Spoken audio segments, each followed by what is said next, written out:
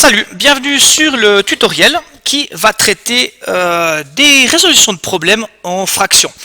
Ces problèmes sont plutôt prévus pour l'année de 10e et l'année de 11e, mais en 9e tu peux peut-être en avoir besoin, notamment au niveau 2.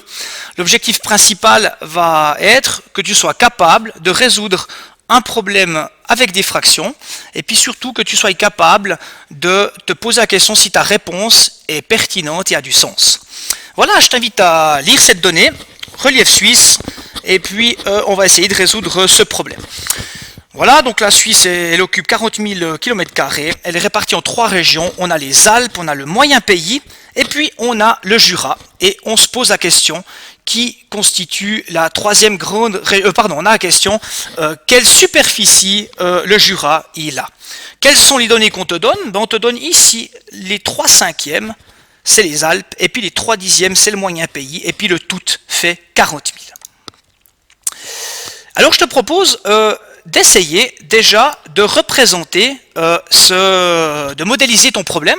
Et pour modéliser ton problème, on va dire que c'est 40 000 km², ça peut être un carré, tu pourrais utiliser un cercle, c'est complètement égal, mais utilise quelque chose que tu vas pouvoir après partager. Pourquoi partager?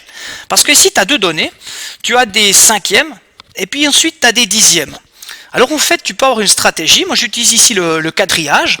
Ça marche évidemment qu'avec deux valeurs, mais ça me semble intéressant. Je vais faire en sorte d'avoir des cinquièmes ici. Alors, j'ai 1, 2, 3, 4, 5. Alors, je vais pouvoir couper ici en 5. Puis ici, je vais m'assurer de pouvoir couper en 10. 2, 4, 6, 8, 10. En fait, ce rectangle, il est parfait. Je peux vraiment avoir. Donc, en fait, on se rend compte qu'il y a 5 fois 10 carrés, puis on pourrait dire qu'il y a des cinquantièmes, par exemple, un carré représente un cinquantième, c'est tout à fait possible. Voilà, j'ai modélisé donc mes 40 000 km². Il est temps maintenant que je m'occupe des 3/5 qui se trouvent dans les Alpes.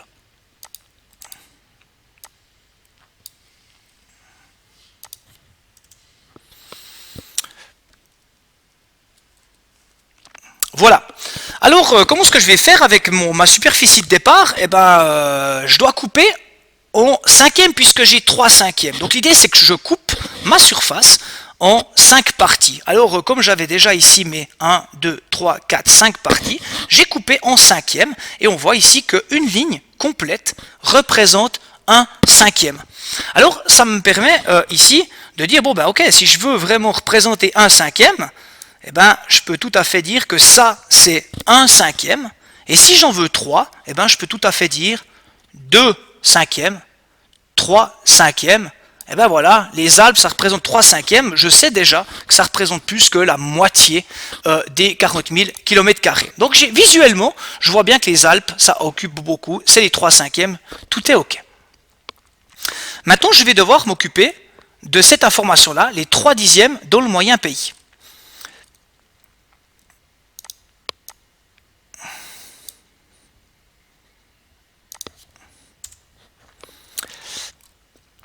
Bon, alors c'est bien beau, mais maintenant les 3/10, comment est-ce que je fais pour me rendre compte ce que c'est qu'un dixième? Alors je te propose de réfléchir un petit peu ce que c'était qu'un dixième, puis un dixième, c'était ça en fait. On avait notre rectangle, 1, 2, 3, 4, 5, 6, 7, 8, 9, 10. Les dixièmes, c'est en fait chaque colonne représente un dixième. Si tu veux un dixième, je vais te le représenter ici. On a ici, ça c'est un dixième. Et ce dixième, c'est très bien, mais tu es d'accord que je ne peux pas mettre le moyen pays sur les Alpes. Donc je ne peux pas ici commencer de le mettre comme ça, et puis dire 1/10, puis 3/10, c'est ça, parce que la partie qui est là, elle est déjà occupée par les Alpes. Alors je suis obligé d'avoir un petit peu une stratégie, puis je dois me dire, ah mais ok, 1/10, ça représente 1, 2, 3, 4, 5, c'est 5 carrés. Alors si ça représente 5 carrés, je peux tout à fait commencer de dire que ça représente 1, 2, 3, 4, 5. Ça, c'est 1/10, et je dois faire 3/10. 1, 2, 3, 4, 5. J'en ai 2. 1, 2, 3, 4 et 5. Et j'en ai 3. Et je peux tout à fait, ici, commencer de venir mettre mes 3/10, premier, deuxième, troisième, et puis je vais le mettre comme il faut. Voilà. Alors maintenant, j'ai une vision très claire. Mon moyen pays, il est là. J'ai mes Alpes qui sont ici. Et ici, je vois qu'il reste donc le Jura. Et puis ce Jura, en fait, ben, je vois déjà ce que c'est parce que j'en ai déjà parlé. Ces 5 carreaux, eh ben, on voit tout de suite que ça représente un dixième, puisque c'est ce qu'on a discuté, que ça représentait les 1, 2, 3, 4, 5 carreaux en colonne ici. Donc c'est bien un dixième. On va le déterminer. Donc ici, on a cette représentation Jura, Alpes et puis moyen pays, et ça forme le tout. Le but, c'est de trouver la fraction qui représente le Jura. Est-ce que c'est la fraction? Il me semble pas. Ah bah non, c'est pas la fraction, on cherche la superficie. Hein. Voilà, donc maintenant l'idée c'est un petit peu de se poser la question, puis je te propose d'estimer la grandeur que ça peut avoir. Donc à ce stade-là, là évidemment que tu peux peut-être déjà même répondre, mais le but c'est pas du tout de dire combien c'est à ce moment, c'est juste essayons d'estimer. Bah honnêtement c'est un peu plus de la moitié.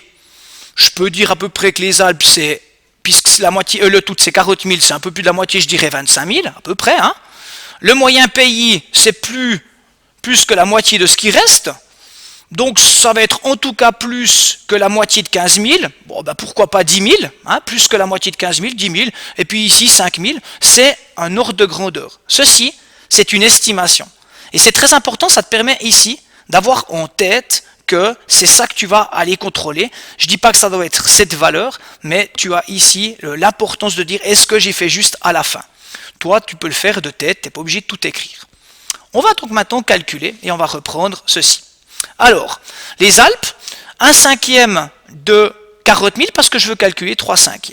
Eh bien, 1/5 de 40 000, c'est 40 000 divisé par 5, j'obtiens 8 000. 3/5 de 40 000, c'est 8 000 fois 3, 24 000 km². Je fais la même chose avec le moyen pays.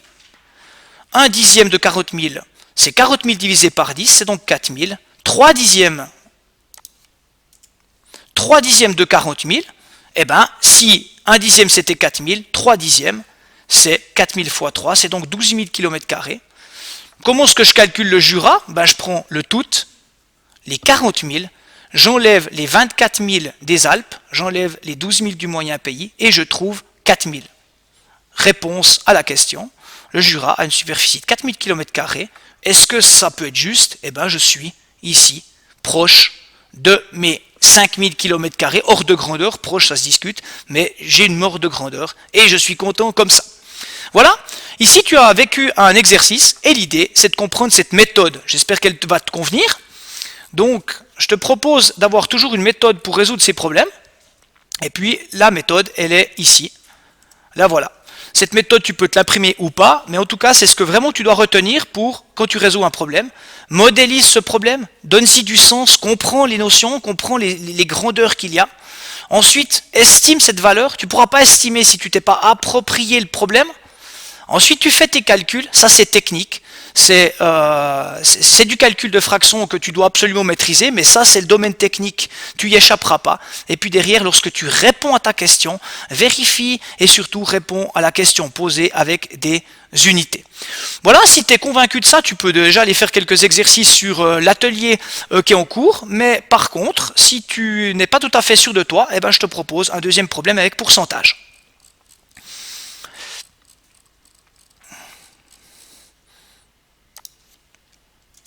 Voilà, ce deuxième problème, c'est une course populaire où les cyclistes ont 2 étapes. Et tu sais très bien que le cyclisme, c'est compliqué et il faut parfois bien endurer. Et donc, certains cyclistes abandonnent. Et c'est l'idée, c'est un petit peu de savoir combien de coureurs ont abandonné durant ce tour cycliste. Alors, tu comprends bien qu'ils peuvent abandonner à la première étape et puis à la deuxième. Ici, tu as des notions de pourcentage. Donc 25% abandonnent après la première étape, 80% après la deuxième étape. Ça c'est ce qu'on pourrait croire, mais gaffe-toi, absolument pas, c'est bien marqué. 80% des coureurs restants, méfie-toi, des coureurs qui restent franchissent l'arrivée. Donc c'est pas du tout ceux qui ont abandonné. Bien heureusement, parce que s'il y avait 25% et 80% du tout, on serait plus qu'à 100%, ça ne marcherait pas. Donc attention, la donnée ici, elle est un petit peu piégeuse. On y va, on rentre dans l'exercice. Et ben voilà, 200 coureurs, comment est-ce que je peux les représenter? Ben, je peux les représenter par un carré, comme ça, c'est complètement égal. Comment est-ce que je fais mon carré? Mais maintenant, je vais quand même réfléchir sur comment est-ce que je vais le répartir. Alors ici, j'ai 25%, et 25% qui abandonnent pour les représenter. 25%, c'est 25 sur 100, et puis 25 sur 100, c'est un quart. On va le voir après que c'est un quart. Donc si c'est un quart, je vais couper en quart. Donc je vais m'assurer ici qu'il y ait 4 éléments et pas 5 comme la dernière fois. Donc ici, je choisis volontairement 4. Et puis 2, 4, 6, 8, 10, 11. 2, 4, 6, 8, 10, 11. Franchement, j'ai des pourcents. Avoir 11 carrés, franchement, je pensais pas malin. Je préfère me mettre en dixième. J'ai plus de chances de pouvoir représenter la situation. Ok. Le tout, c'est ce que tu représentes, c'est mes 200 coureurs. Pas de problème. Maintenant, le 25% vont abandonner. Alors, si le 25% ils abandonnent, ben, je coupe en 4, parce que 25%, c'est quoi? C'est 25 sur 100. Et puis, si tu simplifies 25 sur 100, c'est un quart. Donc, un quart. Alors, c'est un quart. Et ben, mon quart ici, je peux sans problème dire que c'est ça, parce que je peux le mettre 4 fois dedans. Voilà. Donc, il reste les 3 quarts en course. Facile, hein, il reste 150 coureurs. Ici, si c'est le quart, ben, il y a 50 coureurs qui sont éliminés le premier jour. Enfin, pas qui sont éliminés, qui ont abandonné. On continue, et bien sûr que maintenant, on représente quoi? Les 80% qui franchissent la ligne d'arrivée à la deuxième étape. Donc je ne suis pas en train de te dire que c'est ceux qui vont être éliminés, je suis en train de te dire qu'on va représenter ceux qui arrivent à la deuxième étape. Donc de ceux-là, on va maintenant représenter ceux qui arrivent à la deuxième étape. Alors 80%, c'est 4 sur 5. Donc les 4 cinquièmes de ce truc-là ici, de ce qui reste. Alors il faut que je coupe en 5, puis que j'en colorie 4. Je coupe en 5, 2, 4, 6, 8, 10. Donc il faut que je prenne des colonnes de 2 ici. Alors je vais prendre un cinquième, déjà. Voilà, un cinquième, 2 cinquièmes, 3 cinquièmes, 4 cinquièmes. Voilà le 80%. Ça, c'est les élèves qui terminent. Ça veut dire que les autres, ils ont forcément abandonné, si tu veux, les 20% de ceux qui participent à la deuxième étape, ils ont abandonné. Voilà, l'idée maintenant, eh ben, il faut que tu estimes ta réponse. Alors, tu peux ici, évidemment avec les nombres c'est plus facile d'estimer, mais hors de grandeur ici, il y en a à peu près le quart qui partent, donc il y en a 50. Ici, il y en a quand même un sacré paquet qui finissent, donc là, il y en a nettement moins de la moitié. Je sais pas, est-ce que ça représente 25, ou je sais pas, bon, admettons 25-30, 25-30 coureurs. Ici, j'aurai 50, hors de grandeur, je dois obtenir à peu près 80 coureurs. Voilà, 80 personnes qui auraient abandonné. Ici, ce serait le premier jour, et puis en rouge, ici, ce serait le deuxième. Alors évidemment que ce serait pas mal d'avoir ici un rectangle en rouge. Je renonce à te le faire, mais tu pourrais tout à fait le faire. Voilà, on va calculer. Abandon lors de la première étape, on les calcule. Je vous rappelle que c'est le quart. On calcule un quart de 200, on trouve 50 personnes, exactement comme avant. Des personnes qui terminent la course, qu'est-ce que c'est? C'est les 4 cinquièmes. On prend, mais c'est les 4 cinquièmes de quoi? C'est les 4 cinquièmes de ce qui reste, donc c'est les 4 cinquièmes de 150. 1 cinquième de 150, je calcule, 4 cinquièmes, je multiplie mon résultat par 4, 120 personnes ont terminé la deuxième étape. Personnes qui ont abandonné lors de la deuxième étape, ben c'est forcément les 150 qui avaient la deuxième étape, moins les 120 qui ont terminé, c'est donc 30 personnes. Ma réponse à la question que je vais vérifier, le nombre de personnes qui ont abandonné en tout, ben 50 sur la première étape, plus 30 la deuxième étape, on a 80 personnes. Alors, ça marche super bien avec mon estimation, je peux y aller en confiance. Voilà, tu as eu 2 exemples, je pense qu'ils sont parlants, je te laisse en résoudre plus encore. Pour ceux qui souhaitent, un 3e exemple très rapide, sans tout représenter, va te permettre de te rendre compte que quand tu as l'habitude, tu peux être très efficace. Voilà, lecture de consignes, on est en devoir et Raquel fait le tiers de ses devoirs à l'école. Le tiers de ses devoirs à l'école. Puis le quart à la maison avant le souper. Ah, pardon. Elle fait ici le quart. Le quart ici avant le souper. C'est clair ça. On a le tiers qui est fait à l'école et puis ensuite le quart au souper. Et le reste après le souper. Bon. quelle fraction de ces devoirs fait-elle après le souper? Donc on cherche ce qui se passe après le souper. Donc on aura le tout, tous les devoirs, le tiers, le quart et puis le reste. Très bien. Alors maintenant l'idée c'est de modéliser. Alors bon, eh ben tu te fais ton rectangle, t'as pas toujours une feuille quadrillée, et puis tu te dis bon ben voilà, ici j'ai mes devoirs complets, je vais mettre à peu près le tiers. Alors j'y vais, je suis à peu près à la moitié, bon, le tiers environ. Ici le quart, je prends la moitié, le quart c'est la moitié de la moitié, paf, le quart, et puis évidemment que après le souper, ça va être le reste. Ok.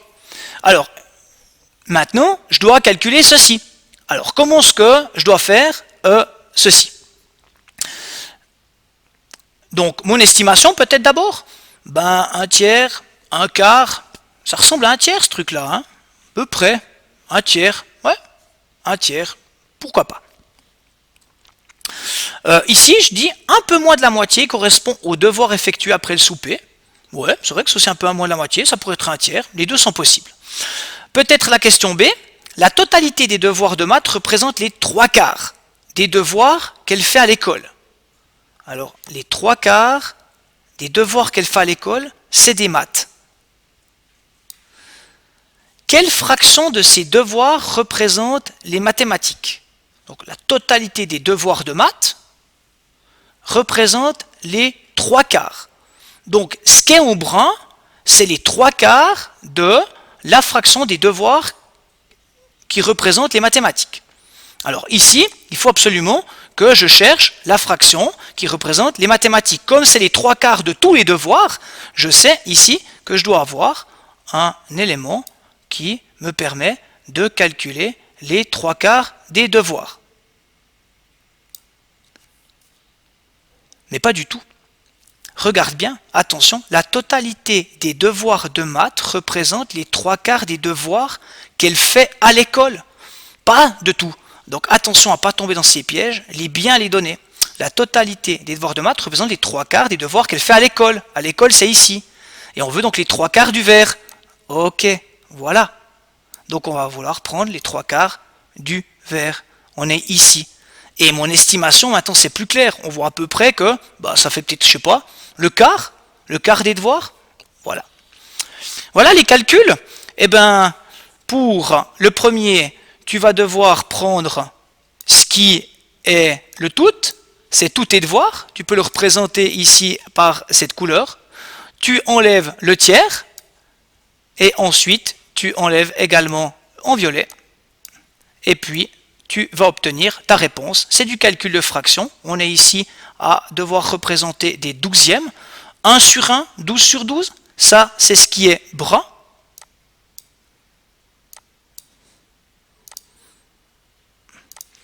Je vais t'épargner le reste. Ici, moins 1 tiers. 1 tiers, c'est 4 douzièmes.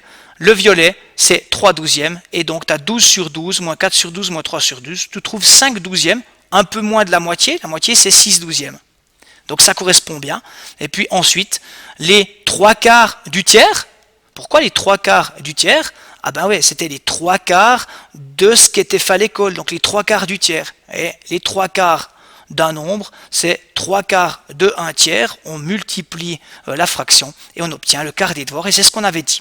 Voilà, tu réponds aux questions et je te souhaite bonne chance pour tes travaux. À bientôt, ciao ciao.